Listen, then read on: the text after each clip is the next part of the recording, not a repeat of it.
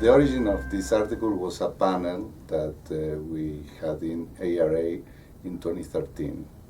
It was a panel chaired by Dr. Don Meyer and with the participation of Dr. Erickson, Dr. Later, Thomas Anderson, and I was a discussant.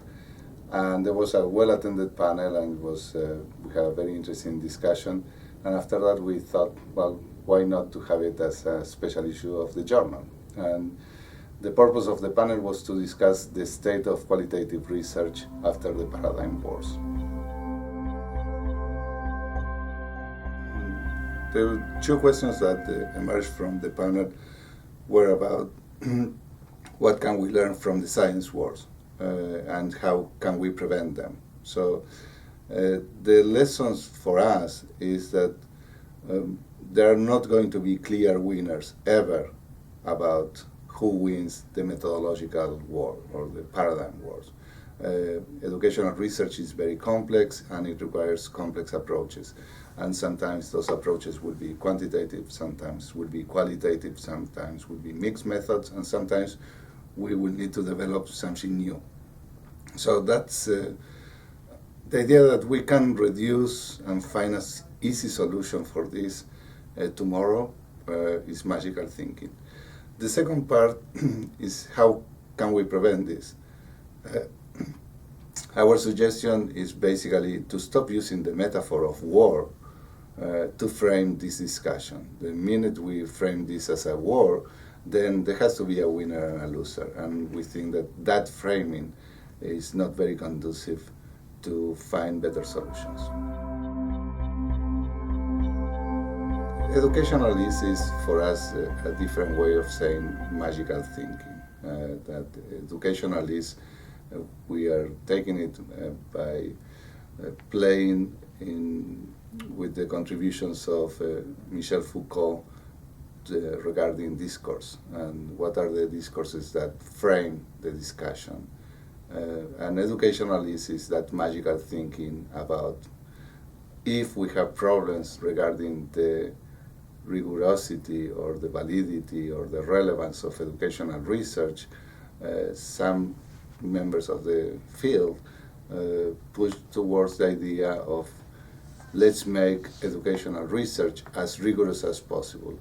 But the understanding of rigorous as possible was reduced to certain methods in quantitative research or in the quantitative tradition and excluding everything else. That created a whole jargon of gold standards and randomized methods. And we are not saying that those shouldn't be part of our repertoire. In fact, what we say is that those are very important tools in our repertoire for research, but they are not the only ones and shouldn't be exclusive. And we need to find what's the proper or the most appropriate method for the research question and not decide in advance that we only will answer the questions that those research methods can address. So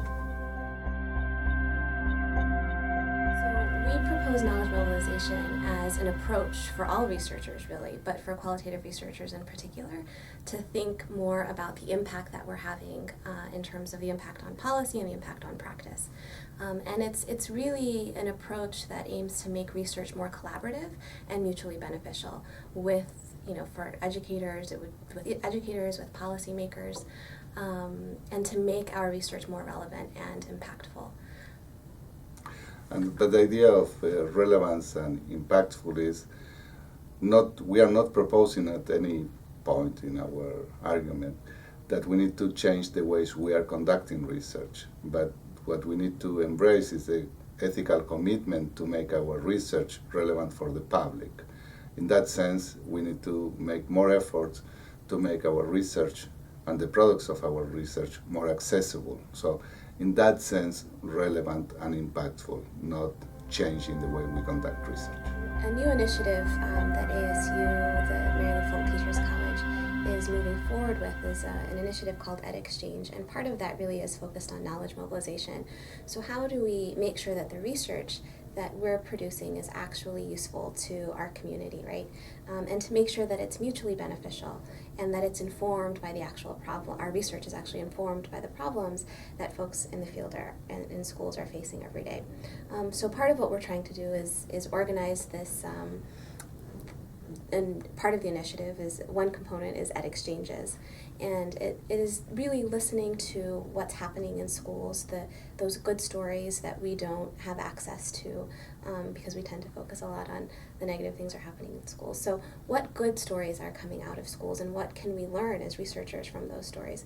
And how can we make sure that there is an exchange so that other schools can hear about these great things that are happening, and how might we as researchers be able to dialogue and connect with teachers and students and leaders in schools to see how our research can be of use, if it's of use, to educators in the field.